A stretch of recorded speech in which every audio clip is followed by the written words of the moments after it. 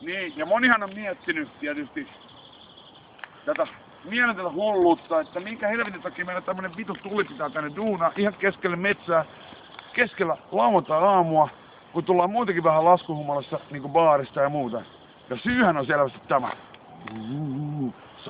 Savu. Ei vaan tosiasiaan tämä. Millä on eväät? Löytyy makkaraa, eikä mitään pullamakkaraa, vaan bratwurst. Ja mitähän meillä on tietenkin alkohol, niin se tuli nähdyksi, joo. Ja sitten meillä on tietenkin täällä suolakurkku. Ja missä helvetissä meidän tossa naudan sisäfile. Ja tärkeintä on kuitenkin se, että meillä on joku paistoväline makkaralle sekä lihalle. Joten voin tätä savua kärsivän vitun helvettiin. Ja jokaisella erämiehellä on aina mukana tulen ja karhun kestävä lipas, mistä tärkeimmät eväät säilytetään. Sieltä lukee, että ei mainoksia.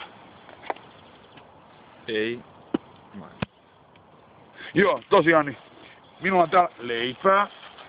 Ja mikä tärkeintä, olen koskenlaskija, lasken koskia, juustoa.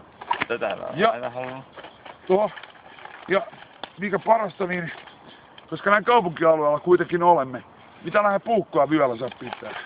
Ja mulla on täällä helvetin hyvä Fiskarsin sahalaitainen veitsi.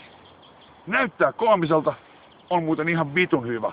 Kaiken näköisen. Senpä tähden seuraavassa osassa olemme makkartikkumetsissä.